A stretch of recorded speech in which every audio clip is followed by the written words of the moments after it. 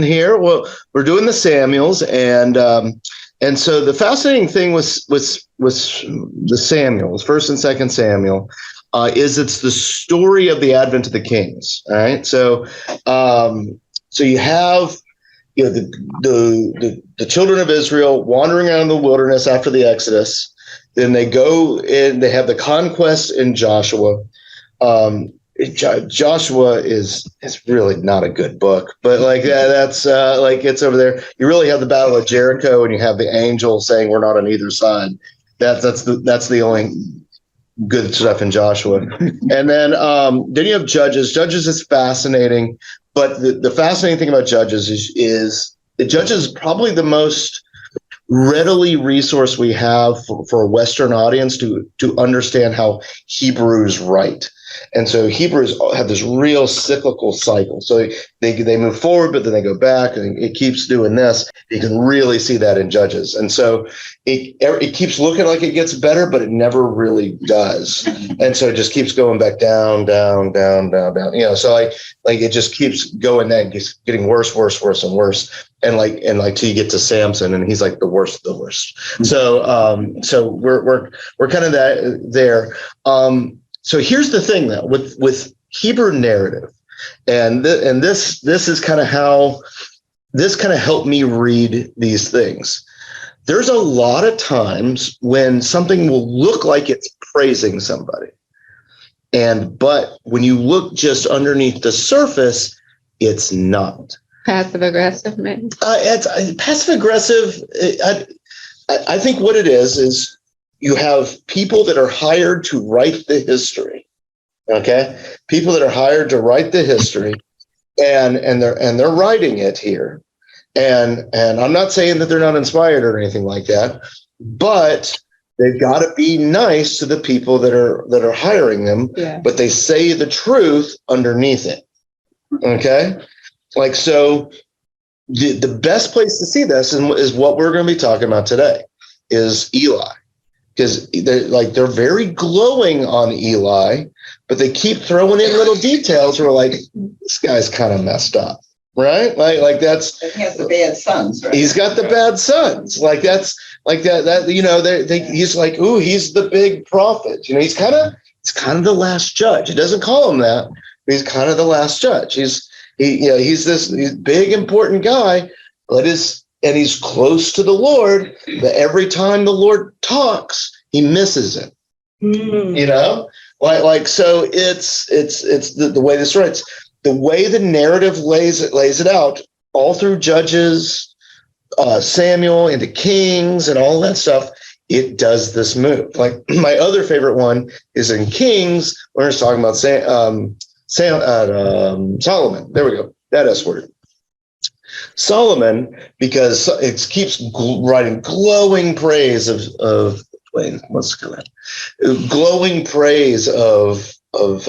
Solomon, and it just underneath it, you're just like, none of this looks good, like that. And so that's what that does. And the reason why I tell you about that is I always grew up hearing that Solomon's downfall was all of his wives. Mm-hmm. It's like, oh, well, guys, you better watch out for your wives. Then it ends up becoming this like weird chauvinist thing, and things like that. That's literally what it says, but that's not what it's saying the whole time. His wives represent that he's trying to live like the big Egyptian lifestyle, the big kingly lifestyle, and all those wives represent trade deals and whining and dining and all of that stuff. So yeah, it is his wives, but it's not the wives that were his downfall. Yeah. That's why he has the wives. Yeah, exactly. So look for that stuff as we're kind of reading through here, as we have that. Let's see here. We're going to get into Hannah's prayer today, and all these things. So Hannah's prayer should sound familiar. So when we get to that, be kind of listening there. So we've just finished with the Judges. Let's see, I talked about that. Oh, before we actually begin, we'll watch a Bible Project video so we can kind of have the whole sense. Yeah, so you grab one of those, and all that. Anyone that wants one, there's one in the middle. Oh, they're And cheap.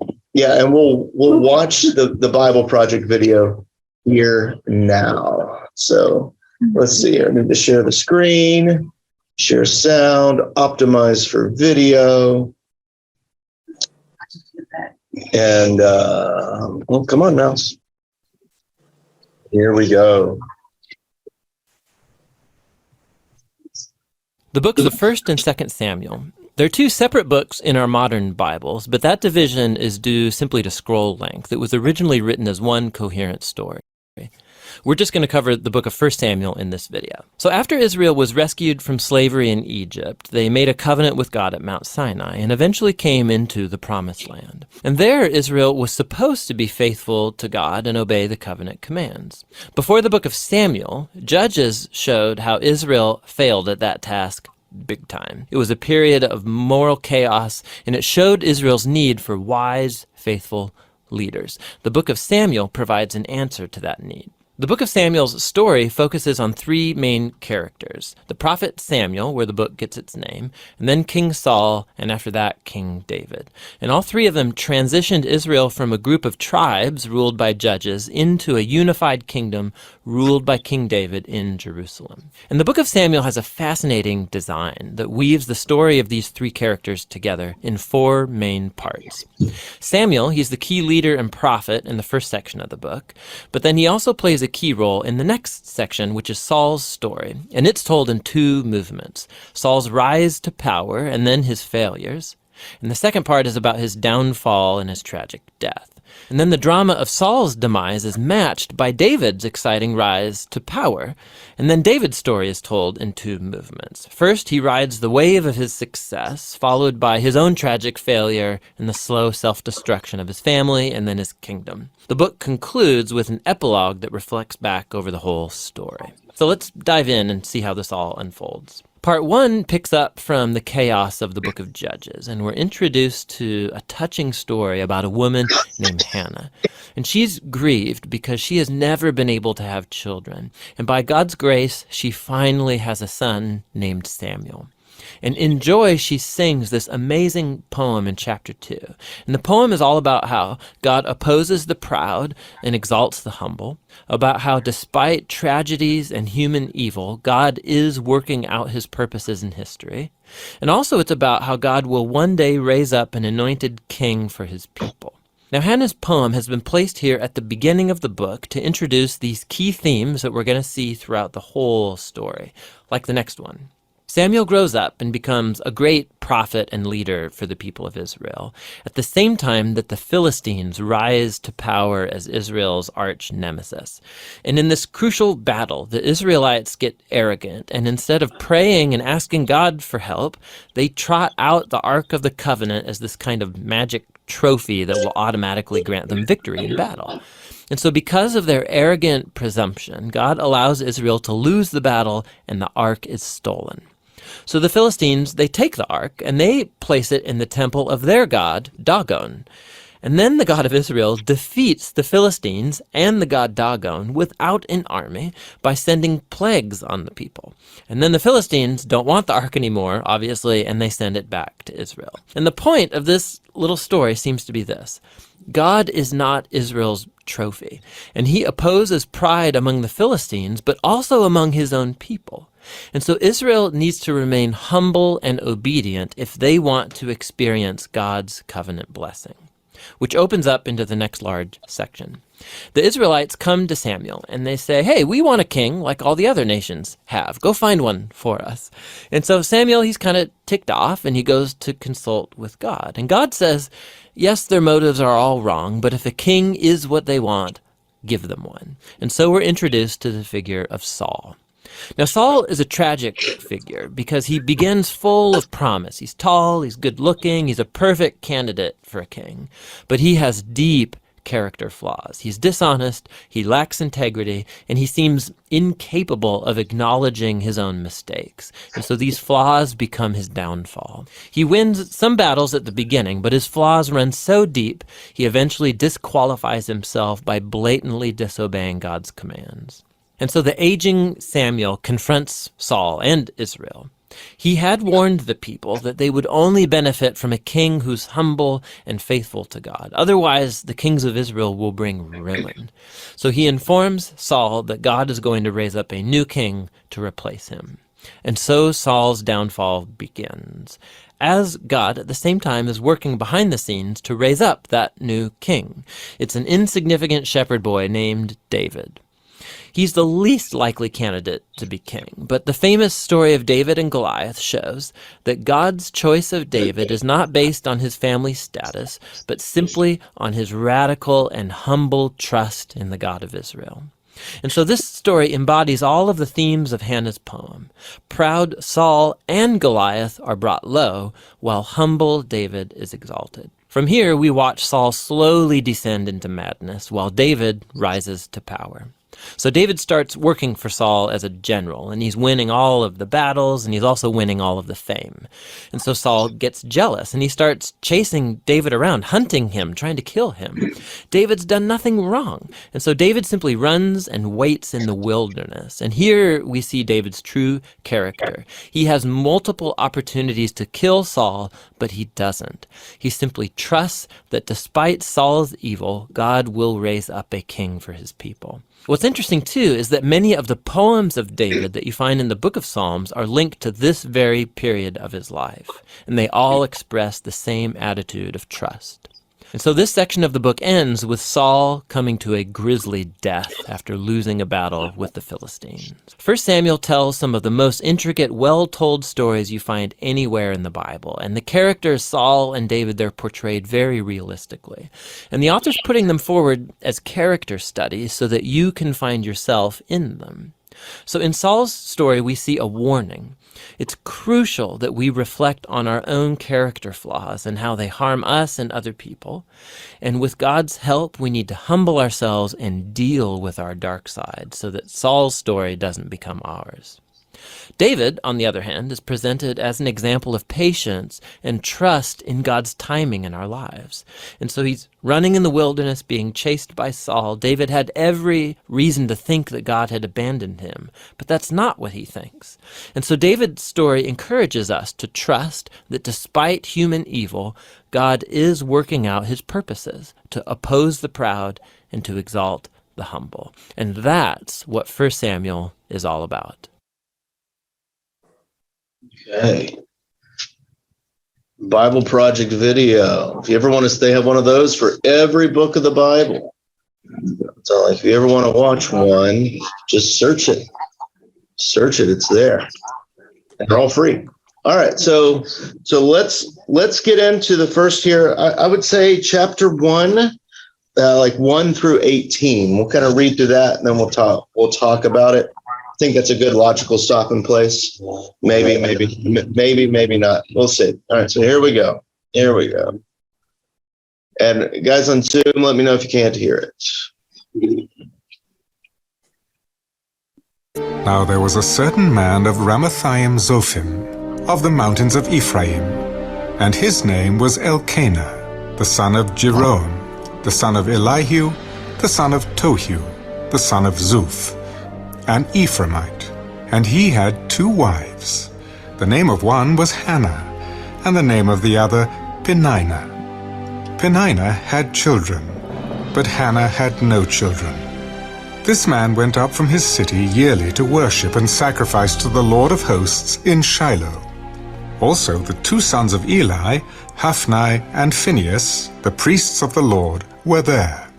And whenever the time came for Elkanah to make an offering, he would give portions to Peninnah, his wife, and to all her sons and daughters. But to Hannah he would give a double portion, for he loved Hannah, although the Lord had closed her womb. And her rival also provoked her severely to make her miserable, because the Lord had closed her womb. So it was, year by year, when she went up to the house of the Lord, that she provoked her. Therefore she wept, and did not eat. Then Elkanah, her husband, said to her, Hannah, why do you weep? Why do you not eat? And why is your heart grieved? Am I not better to you than 10 sons? So Hannah arose after they had finished eating and drinking in Shiloh. Now Eli the priest was sitting on the seat by the doorpost of the tabernacle of the Lord. And she was in bitterness of soul, and prayed to the Lord and wept in anguish. Then she made a vow.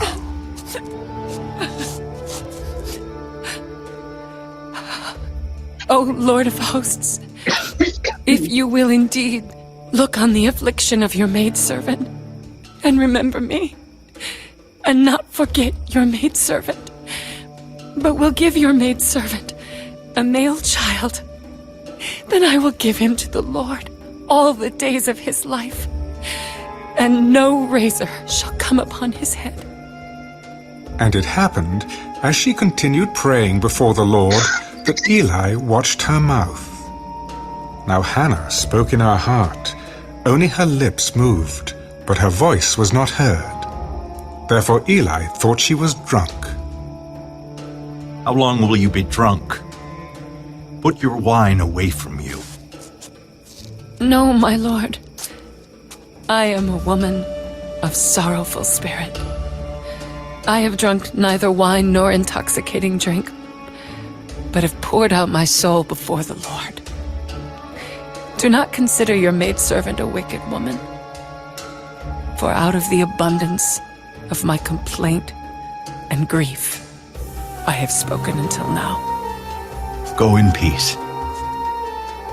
And the God of Israel grant your petition which you have asked of him. Let your maidservant find favor in your sight. So the woman went her way and ate, and her face was no longer sad. Her face was no longer sad. All right. Like that's so again, a reminder to everyone, the reading up there is the New King James Version. If the version that you're reading in is different than that, in any meaningful way, just point it out. Like we like to have multiple translations going on here. Yeah, they said a double portion, and the Jewish Bible says one portion. One portion. How was that different than the other ones? The other one says a double portion. Well, from before it, like he would give. It's verse. The same. It was the same. Oh, it was the same. That's interesting. Yeah. Do all the English translations do double? It's called the worthy portion. The worthy portion. Yeah, that's, Okay. Yeah, but to Hannah he would give one portion only. Huh. So that's it. That's interesting. Anything else before or after that? Well, it was the same before that. Hophni and Phinehas, the two sons, were priests.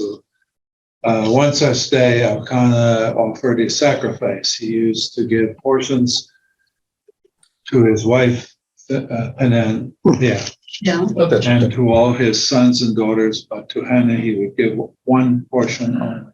There's probably, even though Hannah was his favorite. What's probably going on is that there's probably some discrepancies in the original, and or what we don't have originals anymore. So like that's, and they may be pulling from a different one. So it still points out in your Bible that Hannah is his favorite. Yes. Because I've always heard that. Yeah.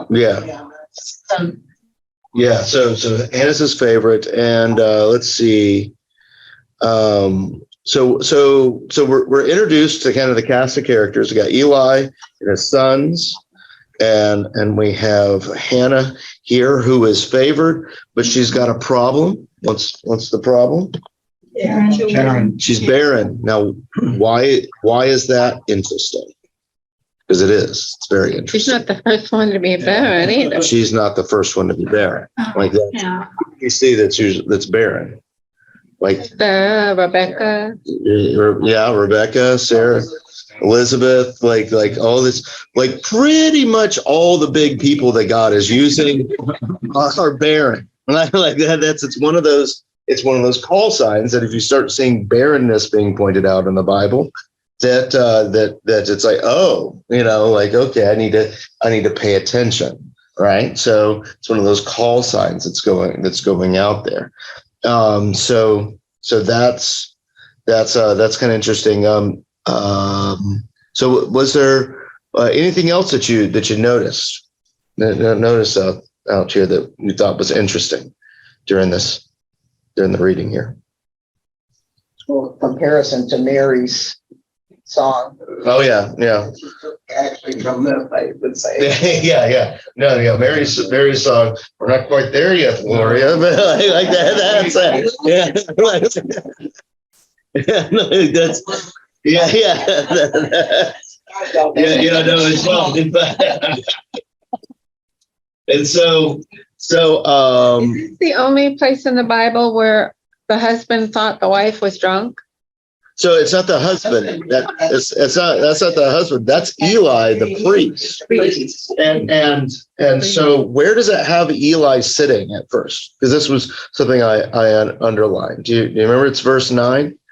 Like he's sitting right by the tabernacle, the entrance, right? Like that. He's sitting in the King James. It says he's sitting by the doorpost of the tabernacle, you know. So remember, there's not a physical temple yet. They have the tabernacle, which is the temple, but in bed sheets and rugs and things like that. Like that's that was movable. It's a tent. So the tabernacle. So he's staying right there by. Like that's an important detail. Like that, it looks like Eli's doing his duty. You know, you see that? Like it's sending off. Eli is presenting himself as honorable, you know, he's presenting himself as honorable here. So, let's see here. Then she prays, and she prays to have a child. She wants a male son, you know, very specific. And she's going to give him to the Lord. If she can have a male son, give him to the Lord.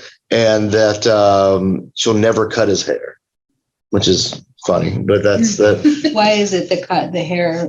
Is that a sign of strength even back then? Probably. It's probably not far from. I don't have anything good off the top of my head. Samson. Yeah, the long hair, right? It was a strength issue, but I just wondered if that's. Yeah, like maybe like a glory type of thing. The Hasidics with their beards. Yeah, right. It's one of the characteristics of a Nazarite vow. Yeah, Nazarite. Right, that's it, man. The vow was normally taken for a limited time. Which means separated and consecrated. Yeah. So that's probably what's going on. Just kind of set apart there. Okay. Yeah, I don't see anything in any of my stuff.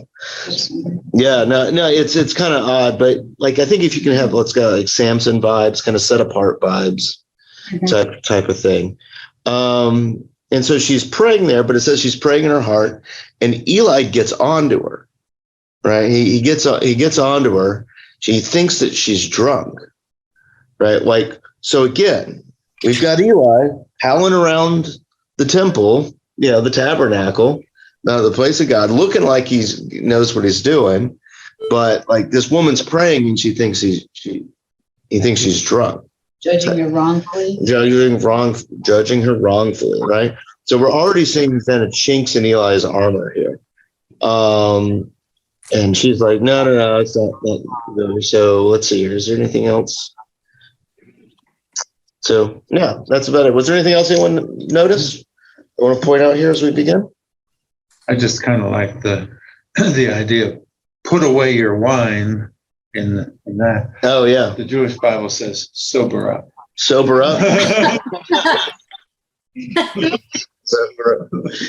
Which is a very similar term. Yeah. But There's that's some people coming to the temple drunk, I would think, if they think that a woman would dare do that. well, What woman wouldn't come to the temple in the first place? man, I think what it's really doing is showing you how Eli has no capacity to know what's going on.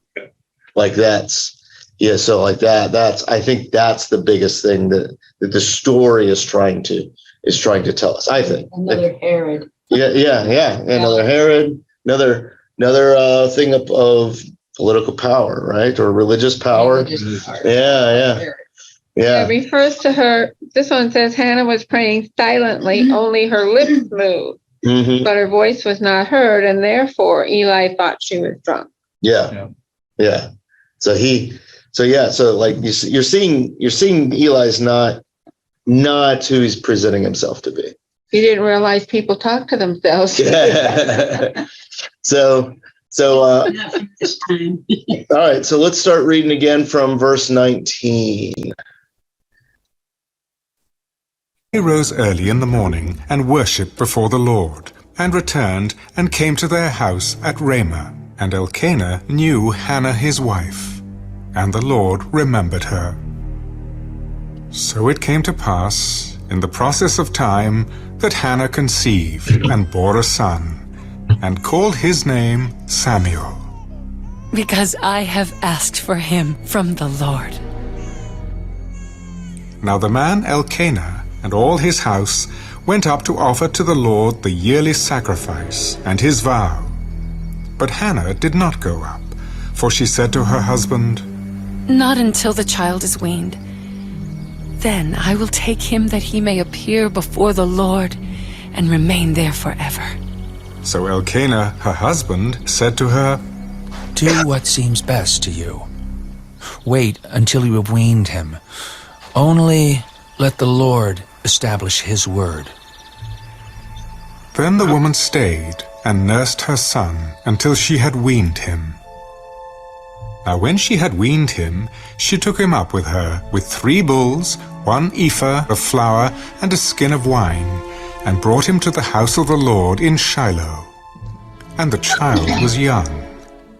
Then they slaughtered a bull, and brought the child to Eli.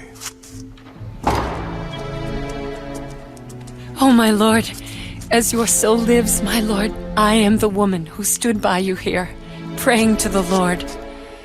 For this child I prayed, and the Lord has granted me my petition which I asked of him. Therefore, I also have lent him to the Lord. As long as he lives, he shall be lent to the Lord. So they worshipped the Lord there. We'll do Hannah's prayer as well. And Hannah prayed. My heart rejoices in the Lord. My horn is exalted in the Lord. I smile at my enemies because I rejoice in your salvation. No one is holy like the Lord, for there is none besides you. Nor is there any rock like our God. Talk no more so very proudly. Let no arrogance come from your mouth, for the Lord is the God of knowledge, and by him actions are weighed. The bows of the mighty men are broken, and those who stumbled are girded with strength. Those who were full have hired themselves out for bread, and the hungry have ceased to hunger. Even the barren has borne 7, and she who has many children has become feeble. The Lord kills and makes alive. He brings down to the grave and brings up. The Lord makes poor and makes rich. He brings low and lifts up. He raises the poor from the dust and lifts the beggar from the ash heap, to set them among princes and make them inherit the throne of glory. For the pillars of the earth are the Lord's, and he has set the world upon them. He will guard the feet of his saints, but the wicked shall be silent in darkness. For by strength no man shall prevail. The adversaries of the Lord shall be broken in pieces. From heaven he will thunder against them. The Lord will judge the ends of the earth. He will give strength to his king and exalt the horn of his anointed. Then Elkanah went to his house at Ramah, but the child ministered to the Lord before Eli the priest. Okay. All right. So did you see anything interesting and kind of the end of chapter 1 and on into Hannah's prayer. She who was barren has borne 7 children, but she who had many sons pines away. So yeah. So all right. So we're dealing with poetry there, and so like when you talk about numerology, I think you're dealing with some biblical numerology there.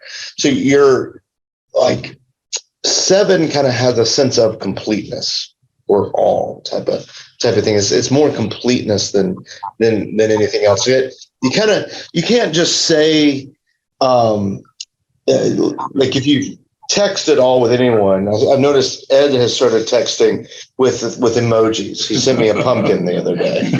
like that. That's so like that's. But those emojis, they mean something, but they kind of mean something.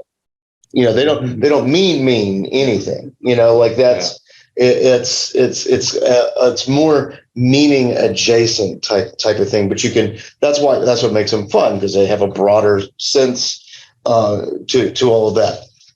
And numbers in the Bible are very similar to that. So you have like 7, is like there's 7 days of creation. 6 is like just shy of complete. So like in Revelation, when it says man's number is 666, it's just that shy of complete. You know, like that's that whole thing. So 7 10s all kind of have a sense of all to them. So you have 12 is also kind of people of God. So you have 12 tribes of Israel, 12 disciples. You know, in Revelation, you have 144,000. So that's 12 times 12, and then a bunch of 10s on the end of it. So, and 10s are like exclamation points type of thing. And this stuff isn't written in stone, but it's helped to see there. So she has 7 children. She's got all the children. But she only has 6. No. What does it say? No, it's 7. It's a 7. Has borne 7. He has 3 sons. Yeah, You're literally, we're talking about the poem. Yeah, this is the poem. This is the poem. And I think it's talking about big things like this, like Hannah is talking about. There's people that have been brought down and made low, and the Lord is lifting them up. Like that's her theme. And so in that theme, there's these women that have had all the children, and now they're feeble. You know, they've been given everything in life. And now they're feeble. And it's like there's all these kings that have this power, but the Lord knocks them down, type of thing. Like so that's that theme of that thing, because Hannah was nothing. She had no child. You know, she was like Sarah and Rebecca and like all of these ladies in these stories. You know, so he's really, so I think it's bringing that kind of creative emoji-like language into it, if that makes sense. Yeah, because the child was 3. No, the 3-year-old bull. Yeah. So how could she have had born 7? Oh, she's not talking. 5 more children. After Samuel. So it's poetry. Yeah. It's not literal. It's not her herself. Plenty. Yeah. So it's like songs. You know, we have that one love song that was written in the 80s. It was like, if I could walk 500 miles, if I could walk 500 more. You're not walking 500 miles. Right? Just to be with you, I'd walk 1,000 miles to fall down at your door or something like that. You're not doing that. You're not walking 1,000 miles, right?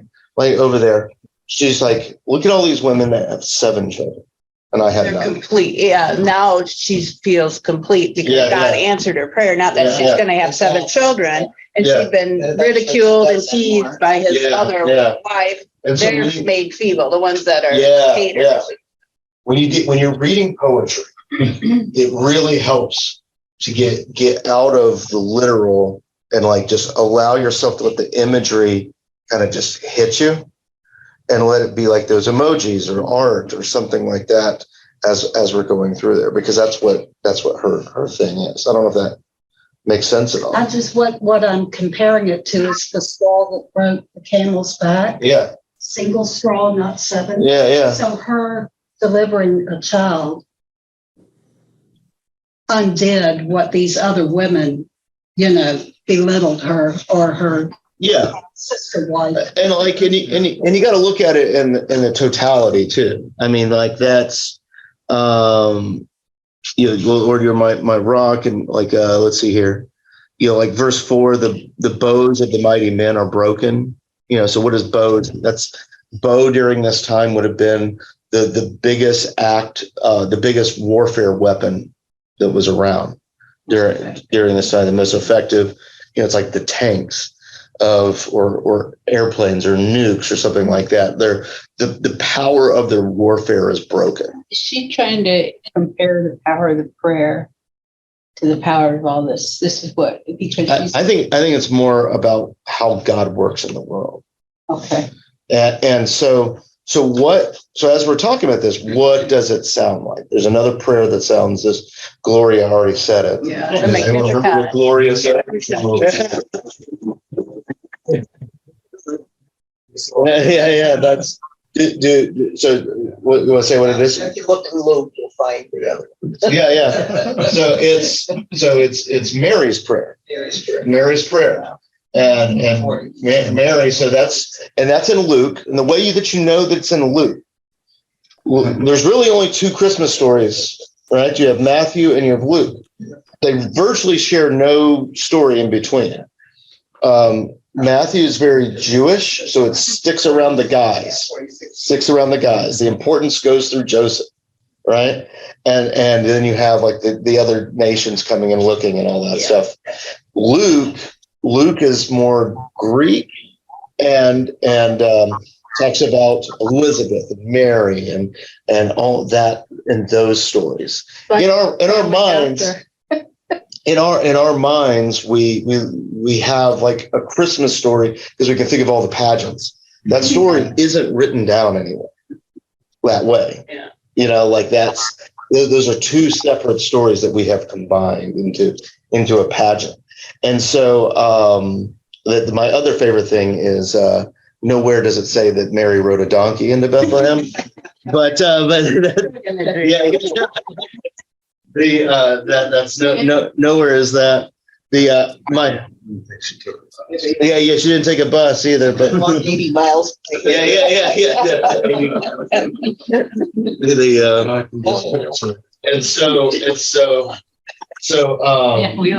But yeah, so it doesn't say that she rode a donkey in any of those things either. That's one of my things. My last church, I said that so much that they always took the nativity sets, took the donkeys out of them, and would put them all over my office. Yeah. Write that down. And so and I got lots of donkey Christmas presents, things like that.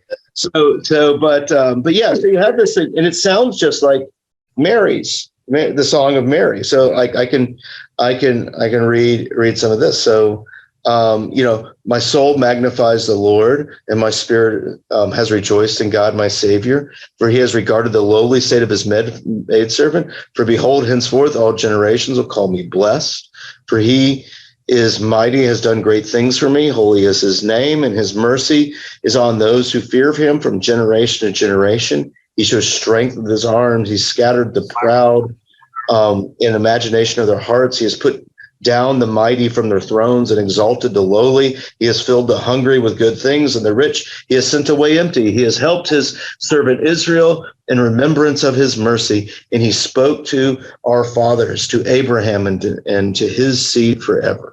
Like it's same things. Would Mary she would have been aware, yeah. Song, because she would have been very studied it or however they heard it read at least. Yeah. And that's you heard it. And also Isaiah sounds a lot of these things. Isaiah sounds like a lot of this too. And all these things, like, so you think when Luke is putting together his story, it's like, why is Jesus important? Why is Jesus important? He's connecting all these through lines for the important people. Like these gospel writers ring bells, and it's like, you guys recognize what's going on here? You recognize something big is happening. And so you have that going on in the Gospel of Luke, but it's important that we see that there's a lot of the same themes that are coming around. Yeah. So what I'm getting from it too is that one miracle for one person is no less relevant than 7 miracles for someone else. Okay. That her contribution to the family is just as important. And that's something that you have harped on in the past, talking about building this building. Yes, there evidently was a great benefactor, but that doesn't diminish what others gave. Yeah. That's right. That's right. And you see this sense, and it's all through the scriptures, of that the Lord lifts up like the lowly, like over there. You see it in Matthew again, in Jesus' Beatitudes. Blessed are the poor in spirit, like that whole thing. So like that's you this whole like lifting up of the lowly, and then that's who Hannah was, and so even though she was favored and all of that, but you're seeing that God is lifting this up again, and this is the poetry that begins the story in Samuel. It's the setting off, it's establishing what's going on in the story. Because remember, as we talked about with Saul, like his pride was his downfall, and so and David, that ends up being his downfall. He can't let go of the warfare, and he lets that control him, and that's his downfall. In verse 10, she says he will give power to his king. Now Israel hadn't had a king. So is she talking about the Messiah, or what is she talking about? So Messiah is king in Hebrew. So like that's so it's the same word. Messiah is also the same word as Christ. So Christ means Messiah, means king. So like we could say that Messiah Charles has risen to the throne. We put extra meanings on these things, meaning like a salvific kind of idea. But in Hebrew, they always have, because the Hebrews associate their kings with something more anointed over there. And the way she's saying it there obviously is bigger than what Samuel and David end up being, even though David kind of probably pictures it in there. So she was prophesizing. What'd you say, Dwayne?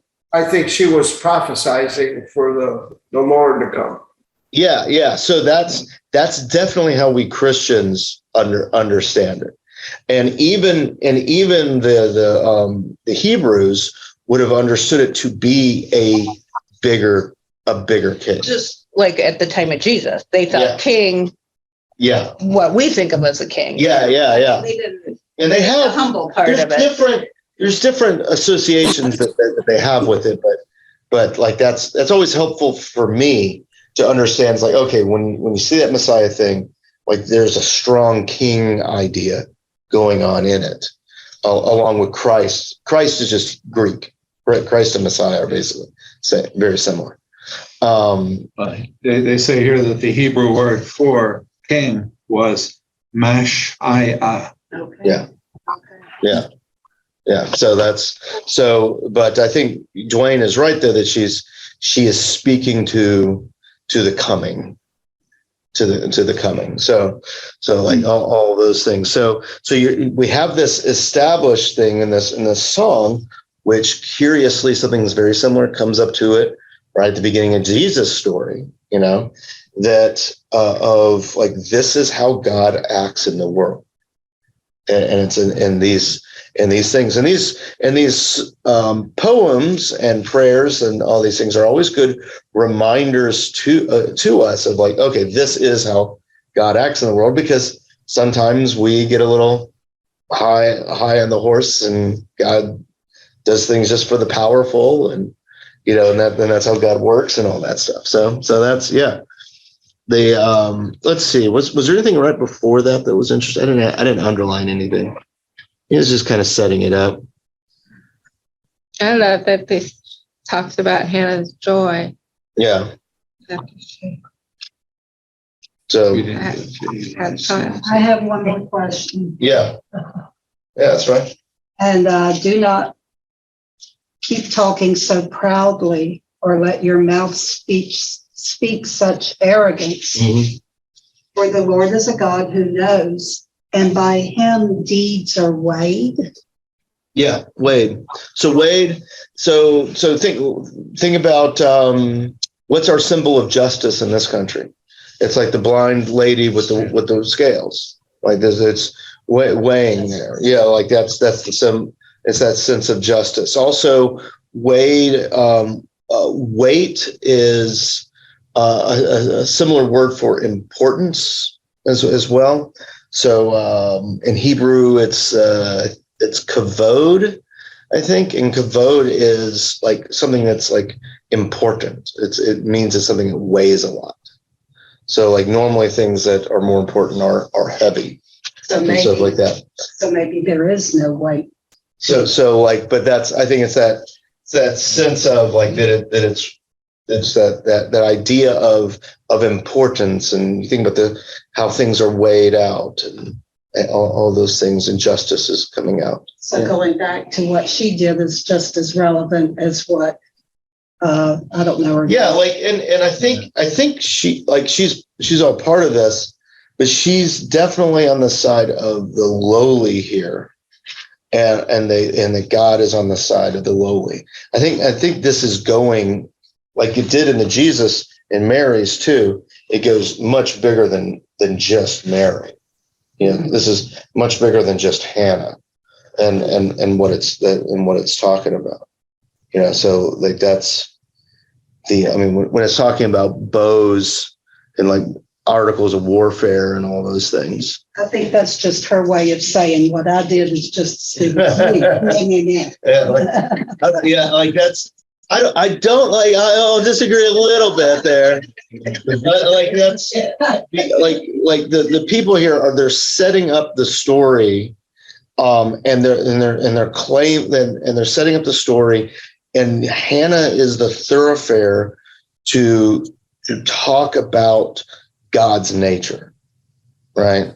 So like that's to talk about God's nature, and you end up seeing that as you kind of go through it, because you'll see this exemplified in the early years of David, and not so much in the later years. You end up seeing the downfall of David, and things like that. So like that's Do you think too? So I just was looking at it. She starts out with what it means to her. My mouth boasts over my enemies, and then the bows it gets bigger to the armies. Yeah, and then it gets to the pillars of the earth. It's that's a good point. God's personal, but he's bigger than all of us. Yeah.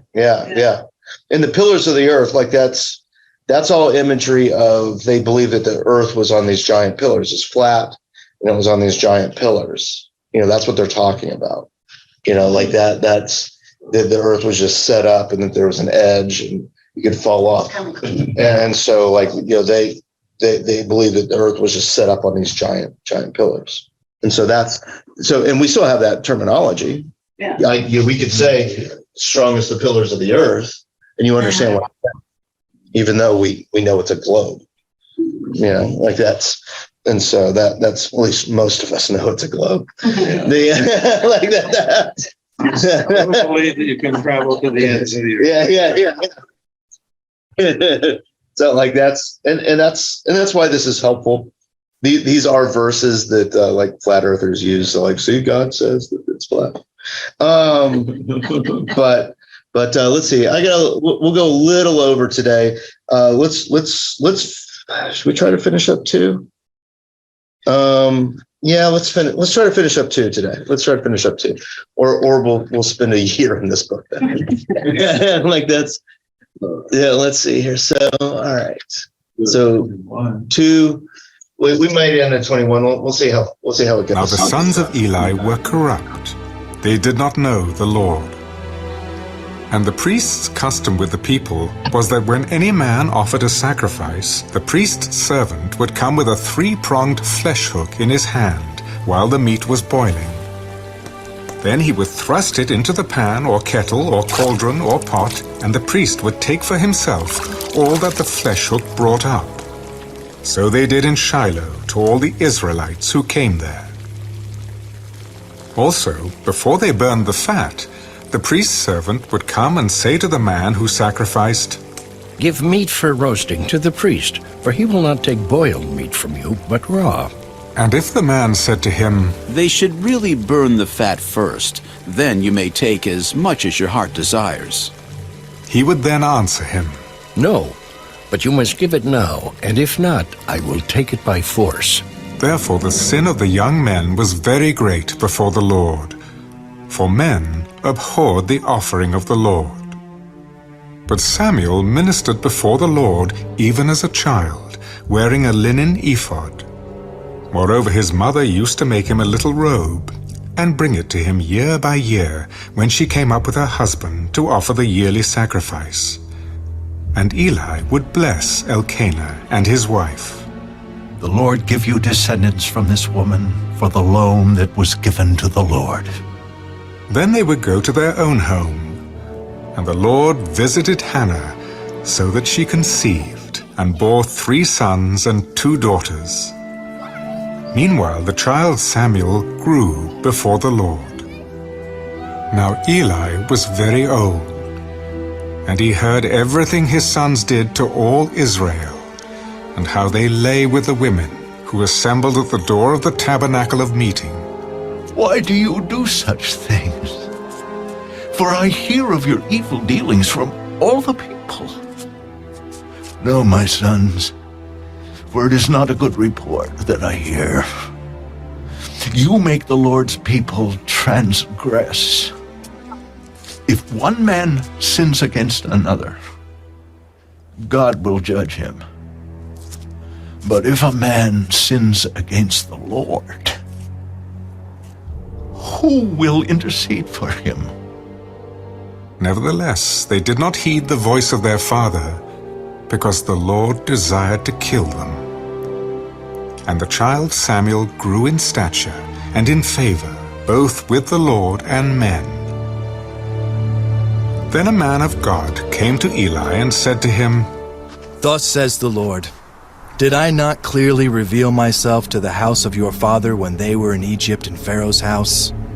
Did I not choose him out of all the tribes of Israel to be my priest, to offer upon my altar, to burn incense, and to wear an ephod before me? And did I not give to the house of your father all the offerings of the children of Israel made by fire? Why do you kick at my sacrifice and my offering which I have commanded in my dwelling place, and honor your sons more than me, to make yourselves fat with the best of all the offerings of Israel, my people? Therefore, the Lord God of Israel says, I said indeed that your house and the house of your father would walk before me forever. But now the Lord says, far be it from me, for those who honor me I will honor, and those who despise me shall be lightly esteemed. Behold, the days are coming that I will cut off your arm and the arm of your father's house, so that there will not be an old man in your house. And you will see an enemy in my dwelling place, despite all the good which God does for Israel.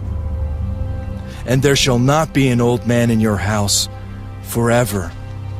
But any of your men whom I do not cut off from my altar shall consume your eyes and grieve your heart. And all the descendants of your house shall die in the flower of their age.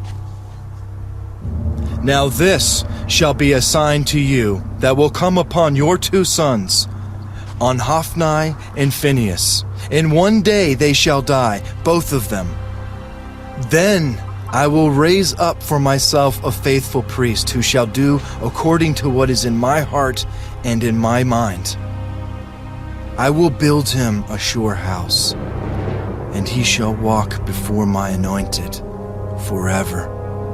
And it shall come to pass that everyone who is left in your house will come and bow down to him for a piece of silver and a morsel of bread, and say, Please, put me in one of the priestly positions, that I may eat a piece of bread. Okay. All right. Now the boy.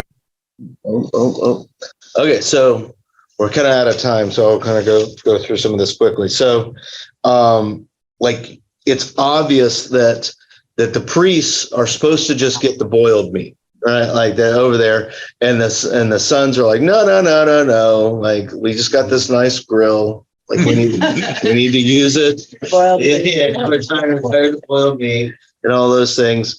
And so it kind of goes into like why that was bad. And in case you miss it, it says, therefore the sin of the young men was very great before the Lord. This says that in verse 17.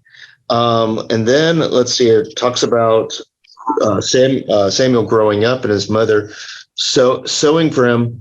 And then we get back into Eli's family. And it's an interesting, like, you see this, the Eli still being held a little with esteem, a little bit, but his sons are just messing it up, right? They're just messing it up. It's one of the things he says to his sons, it's not good, report that I hear, you make the Lord's people transgress. Like that's big. He goes, it's one thing to sin against someone else, but you're causing other people, like to sin by what you're doing, right? And that just continues on, and that servant of the Lord says to Eli, like, why do you kick at my sacrifice this is verse 29. Why do you kick at my sacrifice and my offering, which I have commanded in my dwelling place? Why, in my dwelling place, and honor your sons more than me. Like, and you start getting at it there. Like he's doing everything for his sons, obviously. He's not reprimanding him or taking him down. Yeah. Mm-hmm. So like that's, and so you're seeing this fall on Eli. The boys are losers. Yeah. The boys are losers, and Eli hasn't done anything, and you're seeing Eli's getting judged because of it. Taking him down. Yeah, they're taking him down with it, and we're going to continue seeing that Eli's no better himself. Like that's this first little bit, it can easily be construed that's like, okay, yeah, this is his sons, and Eli's being represented by his sons. But the next story, which we'll get into next week, we see that Eli's missing it as well. Just like he missed Hannah praying, thinking that she was drunk, he's missing it as well. Let's see here. So they continue, like, you honor your sons more than me, to make yourselves fat with the best of all the offerings of Israel, my people. Like that's unreal, I like the picture of the 3-pronged fork, like the devil's. Oh, like a pitchfork type of thing. Like that. That's yeah. Let's see here. Then let's see. It says, I will raise myself up a faithful priest. Oh, yeah, and he shall walk with my anointed forever. That anointed, that's Messiah language again. So Messiah king, remember, like Saul is God's anointed, David is God's anointed, right? But it's that you'll walk with my anointed forever. It's talking about something bigger than just those two. It's talking about those. It's talking about bigger too. Like, so like that's, you got to allow yourself to go kind of both places. And did anyone notice anything that I did not say that I thought was interesting in that last little bit? I think that the fact that he not only was punishing the sons, God was showing the power that he had because the sons were disobedient, but he also punished the rest of the family. Yeah. Not just the two sons. Yeah. Well, in the way that the story is written is that this is an indictment against Eli with his sons. Can you explain 36 a little bit on the end of it? What is he talking about when he says, they will ask, please put me into one of the priest's offices that I may eat the morsel of bread? Okay. So I think they're getting fat off of these choice cuts of meat. Mm-hmm. They're not eating the boiled meat anymore. And he's like, your position is going to get so low that you're going to be requesting just bread.